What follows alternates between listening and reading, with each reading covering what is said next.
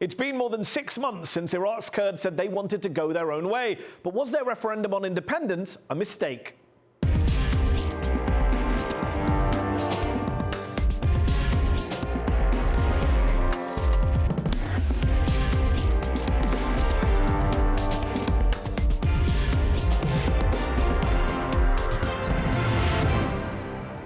I'm Mehdi Hassan, also on the show. Last month, China voted to remove presidential term limits, allowing President Xi Jinping to effectively rule for life. So what does the country's most powerful leader since Mao Zedong mean for China and for the world? That's our debate. But first, more than 6 months after a referendum in favor of secession, Iraqi Kurdistan is no closer to independence. Instead, they've lost territory to Baghdad and may now lose seats in the upcoming Iraqi elections. So, is the Middle East ready for a new independent nation? Or has it all backfired for the Kurds? This week's headliner, the Kurdistan Regional Government's representative to the US, Bayan Sami Abdul Rahman.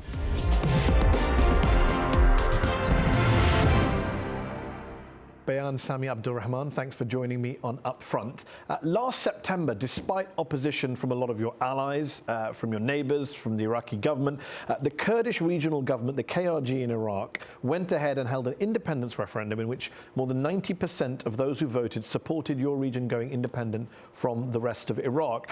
But what was the point of that vote, given you're not independent more than 6 months later, and you don't seem to be anywhere closer to being independent more than 6 months later? Our intention was never to declare independence immediately. We never, and we still don't believe in a unilateral declaration of independence. Our intention was to allow the people of Kurdistan to voice or express their will for the first time ever, and also to send a message to our neighbours, to Baghdad, to the international community, that this is what people want. We believe that having a referendum would allow that to happen, and then we would talk to Baghdad about our future relationship. So we never envisaged that we would be independent by now, 6 months after the referendum. So when do you envisage being independent by? Well, the dream of independence will never be extinguished. I think that's a fact that everybody has to live with. But we're also pragmatists. After the referendum, there's been a collective punishment of our people. Our neighbours have reacted. The United States and Europe were not helpful. So we understand the realities that we live with. Right now, we're focused on the Iraqi elections, which are coming up in May, and looking forward to the next phase after that. Okay, but you didn't answer my question. When is independence going to happen? It depends, because it depends on our dialogue with Baghdad. We want to separate, the referendum said that we want to separate from the rest of Iraq. That has to be a negotiated settlement, but we're not in that phase right now. We are in the wake of the referendum, where the people of Kurdistan are being punished, and we are just trying to manage with this They're being punished, situation. you say. You talk about collective punishment. I'm sure the Iraqi government wouldn't agree with that assessment, but let's take your word, they're being punished. Isn't that a reflection of how you failed your people then? Because you held a referendum, you made these promises, they voted for it, the result was what you wanted, and now they're being punished. So it backfired on you, hasn't it? I want to clarify one thing. There has been a punishment of our people, but very recently, in the past several weeks, our relationship with Baghdad has started to get better. So I want to just put that out there. With regards to whether we have failed our people, I'll tell you something, Mehdi. I have heard so many foreign officials and even Iraqi officials describe the referendum as the failed referendum. The problem actually isn't that it was a failure. The problem for everybody is that it was a great success. 7 out of 10 voters, eligible voters, turned out.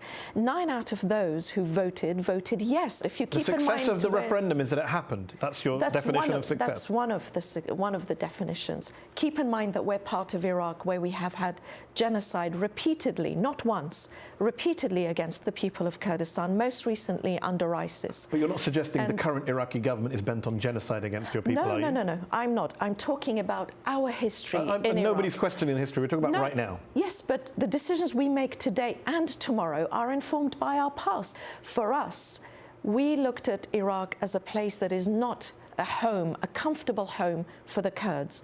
2003 came along, it became clear the US wanted to liberate Iraq, intervene in Iraq. We decided that we wanted to be part of this new Iraq because this could be the Iraq we had hoped for, federal, democratic, pluralistic.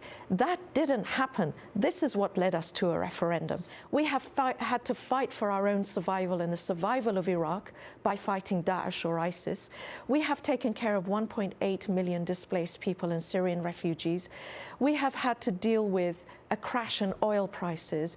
We have had to deal with Baghdad. Many would say that dealing with a crash in oil prices and refugees and ISIL let me answer your first point. But hold on, it would be easier, many would argue, to deal with those problems that you have had to deal with, ISIL, oil price issues, Syrian refugees, if you were part of Iraq rather than on your own. But we were part of Iraq in 2014. Okay. We were part of Iraq. We hadn't had a referendum. Our budget is cut off. A war is imposed on us. Genocide is committed against our people once again. Not by the Iraqi government, to be fair. No, but why did it happen? Because the Sunni Arab community in Iraq was completely disillusioned. To some, ISIS looked like a better alternative. I'm sure they regretted it eventually, but at that moment, again, it was the failed policies of Baghdad. What about your own allies in the West? The US, the UK stood with you for a long time, and yet the US government says the vote and the result lacks legitimacy. The UK government says your leadership behaved in a regrettable fashion. The EU said it was a counterproductive move. Why do all of these Western allies of yours, why are they so upset with you? How many independence movements has America supported? How many independence movements has Europe They've supported a fair few. The US in Kosovo. Okay, name me others. They were against. I gave you one. They were against Estonia, Lithuania, Latvia, countries that today are part of the EU and enjoy full rights. So we expected those countries to be against our referendum. What we didn't expect is the unsophisticated way in which they would go about it. They didn't take into account that with every statement, especially the United States, but US and Europe, with every statement they made against the referendum, they were emboldening our neighbors and Baghdad to think that the Kurds were alone and that they could punish us. We raised this issue with them. We said, we understand you're against it, but please be mindful. I'm not defending anyone's behaviour, but I'm wondering, you're a diplomat, right? It became a self-fulfilling prophecy. But you're a diplomat, and you're telling me we didn't expect them to do this, we didn't know Baghdad would punish us. It looks like you guys walked into this completely unprepared, and surely it backfired. Even on your own statements, it sounds like it backfired. We didn't expect that the United States. Maybe you should have done, is what I'm asking. Maybe we should, but we also have an obligation to our people. I am a diplomat, and we have very good relations today with the United States and our European friends. But we also have an obligation, first and foremost, to our people. It is right that the people of Kurdistan should be able to express their wish. We didn't commit a crime by having a referendum. The right to self-determination is enshrined in the UN, the same UN that all of these countries want us to look up to and abide by the rules of. It is enshrined in the UN Charter. The reason a lot of people are wary about independence, as you know, is because they look at what's going on there already. You look at the two main political parties, your own Kurdistan Democratic Party, the KDP, and the Patriotic Union of Kurdistan, the PUK. A lot of the critics of these two parties, not just your party, would say they failed to lay the groundwork for a stable governance, a stable political system, a stable economy, rule of law, independent judiciary. Instead, they've given your people a system plagued with corruption, nepotism, tribalism. And that's why, you know what, maybe independence is not the right route for an area like that to have. Well, I would say that the achievements of the Kurdistan region are significant. If you look at where we were in 1991, when the no-fly zone was first established over Kurdistan in Iraq, we had just come out of 1.5 decades of genocide by Saddam Hussein. 4,500 villages were destroyed. Kurdistan was crushed economically, politically, militarily. From 1991 to 2003, we had our ups and downs and a very dark period, but we came out of it. After 2003 to 2013-14, Kurdistan really flourished. Our economy boomed. We created an oil industry from scratch. All of the oil and gas wealth in Kurdistan had been neglected over decades. For the first time, we were able to export our own or exploit our own resources. But you could agree that you've made significant achievements since 1991 and since 2003, while also pointing out there's massive corruption. There is. I mean, the Deputy Prime Minister of the KRG, Khubad Talabani, said, and I quote, that there are pharaohs in the KRG, quote, confiscating lands, building villas, doing business, smuggling, killing people and journalists, and that the KRG has failed to stand up to these people who appear on television on a daily basis talking about corruption.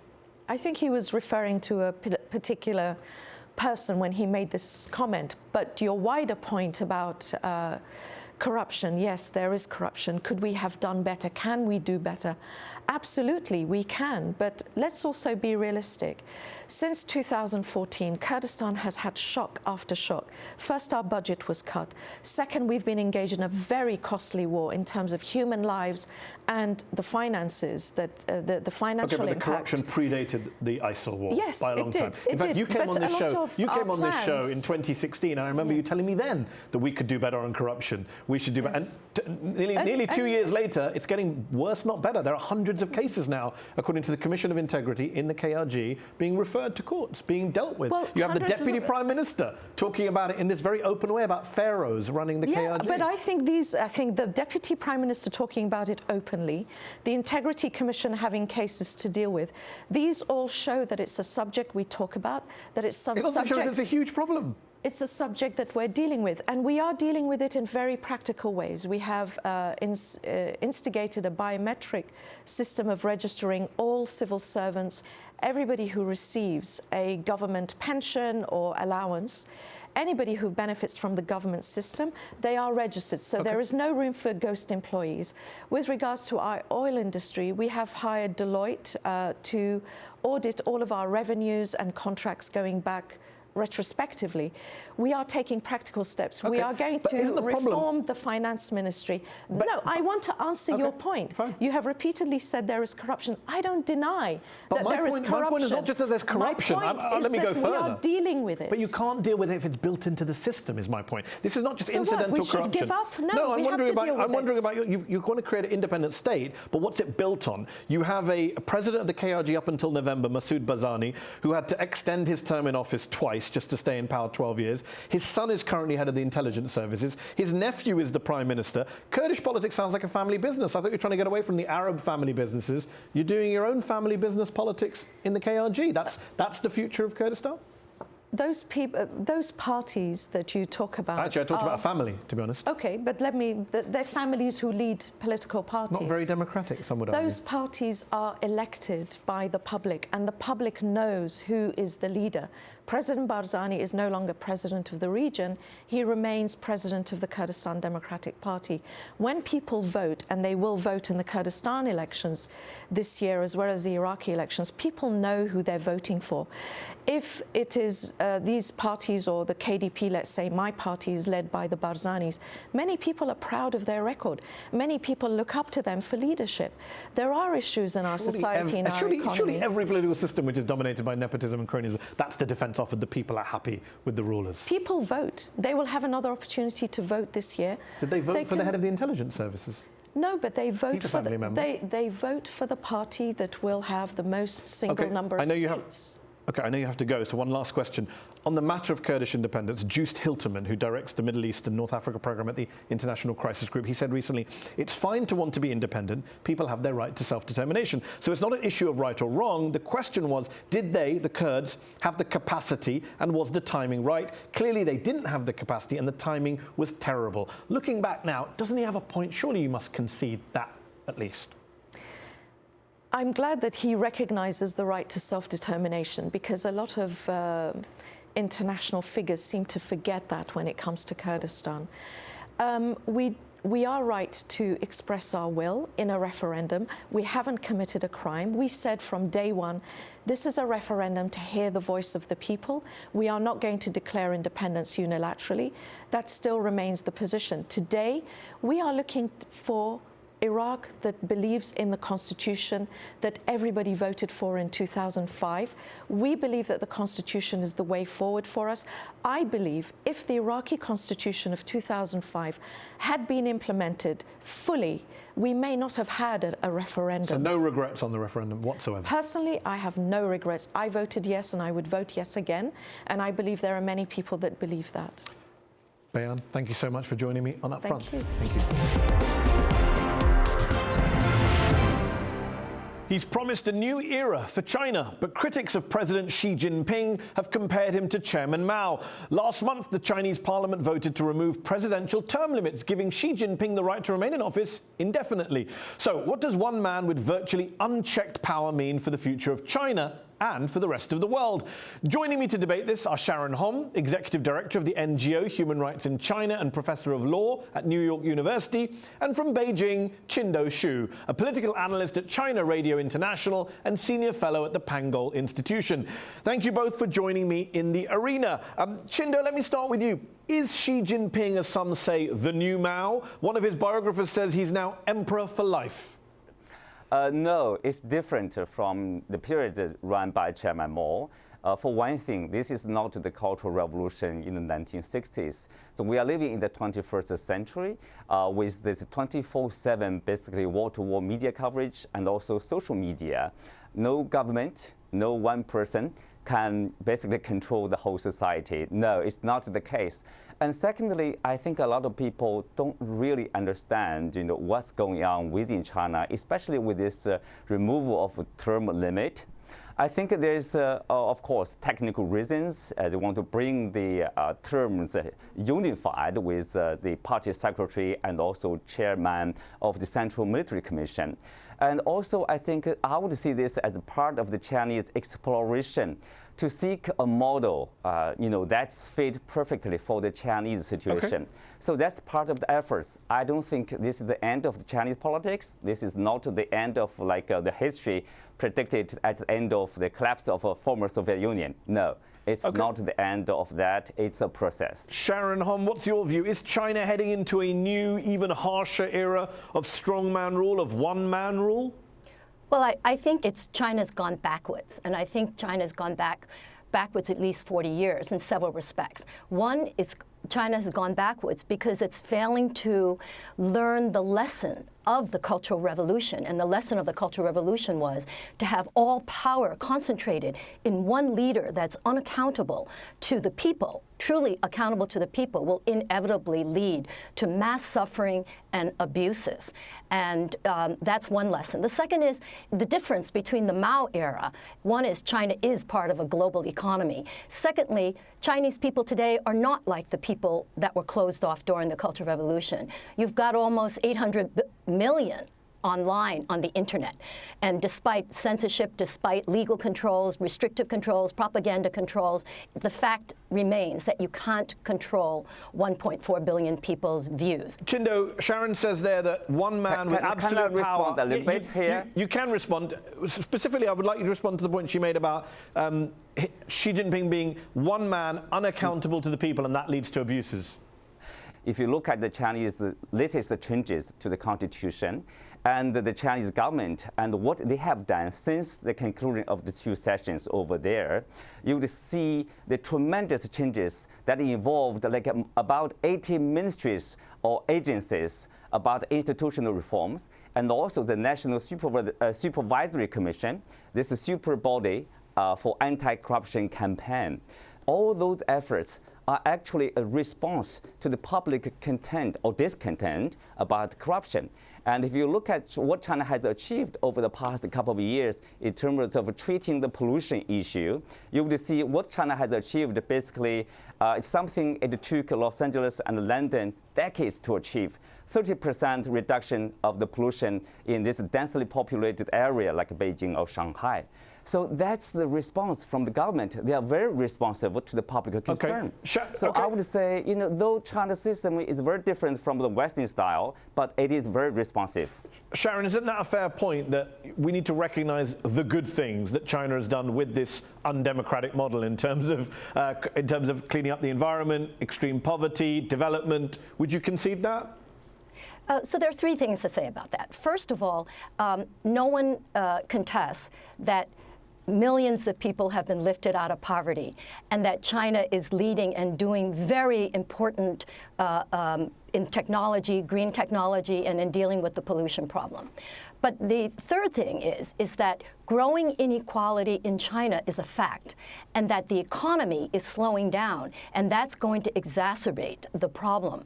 The issue is not whether China, Western model, Chinese model. I really want to emphasize that every system, including the U.S., has problems.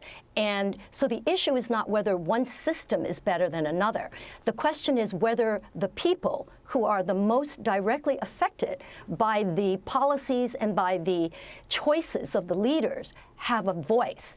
And that's what's key. And in China, it is a hostile, restrictive environment for any voice that is critical of Xi Jinping or of the party. Qinduo, isn't that the case? Isn't Sharon correct there that you cannot criticize? He is in a sense a supreme leader. The Chinese model was supposed to be about consensus, the party, elites coming together, a meritocracy. That was what we were told. Even by Chinese standards, this is a pretty radical move, one-man rule. It is a radical change, let's say, and if you look at his re-election, that's by unanimously, the delegates, about 3,000 of them, unanimously elected Mr. Xi to continue. Did they really his have a choice? Term. Of course, you can drop your vote, or you can vote against that. Okay. Because nobody is pointing a gun at your head to force you to do something. No. And also, if you look at the polls, 84% of the Chinese respondents thinks, their government, they have trust in their government. And 68% of them, when it comes to the government leadership, think the Chinese government will lead them to a better future. Before we run out of time, let me ask you this, about bringing it back to the president of China. Xi Jinping broke with tradition last October by not naming a successor at the Communist Party's National Congress. Now, clearly you're a supporter of his, you think indefinite rule is not a problem, but surely Chinese politicians must be wondering what comes next. He's not a young man. Is there an heir? We don't know, basically, what will happen, say, 10 years from now, 15 years from now. I'm asking what would happen next week. There is basically this issue. What we know is like stability and continuity of Chinese development, rapid development, 6.5%. That's almost for sure for next year, for the next 5 years or 10 years. That's the predictability. That's the stability Chinese people are welcoming. Okay, Sharon? Well, I want to say that President Xi Jinping has actually indicated quite publicly and repeatedly that he does have ambitions, and he does feel he is a global leader, and he does feel that China should be a global leader, and it's reflected in the party work report, it's reflected in the next 5 years plan. So Xi Jinping thought, with absolute leadership of the party and with the role of the party domestically and the role of China internationally, is encapsulated in official policy. Given everyone agrees that China has opened up economically, made progress economically, on this president's watch, on this president who's making radical changes, as Qinduo conceded, are we going to see political opening up as well? Are we going to see more quote-unquote liberal moves, more democratic moves? Qinduo, then Sharon. No, because a lot of people would look at China with the background, the cultural background, the Western cultural background, and the Western tradition. People tend to use the Western rules, basically Western rulers, to measure the Chinese development. Say whether China is a democracy, or whether China have these checks and balances, or whether China does fit this model or not. No, China will never be like the U.S. Will never be India? like You don't have to Western be like the U.S. nation. India is in your neck of the woods, and is a democracy and developing and doing very well at poverty reduction. Yes, we have our own challenges. We have our own models. So I would say, please respect the Chinese development. China has been successful. Chinese people are happy, and people say, "Hey, you are different from us. You are a communist country, so you must be bad." This is crazy. Sharon? So I think it's very important that when we say the Chinese people, I really don't think not even that you can say 1.3 billion people believe what Mr. Xi just said, or what Xi Jinping says they should believe. If you think about the rights defense lawyers, the human rights defenders, if you talk to Tibetans and Uyghurs, if you talk to intellectuals, if you talk to all the thousands of signers of Charter 08, Liu Xiaobo, if you think about Xu Zheyong, and countless of Chinese citizens who demanded reforms and political reforms, the 78 democracy wall, the 89 Terman democracy movement. These are Chinese people, Chinese women feminists who are organizing peacefully around domestic violence issues and discrimination against women. These are all issues that Chinese society faces, and Chinese people have something to say about it, and they have a voice, and it's not monolithic. And we have to help create the space that enables them to decide what kind of future and what kind of present they want. We'll have to leave it there. Sharon Hom, Qinduo Xu, thank you both for joining me in the arena. That's our show. UpFront will be back next week.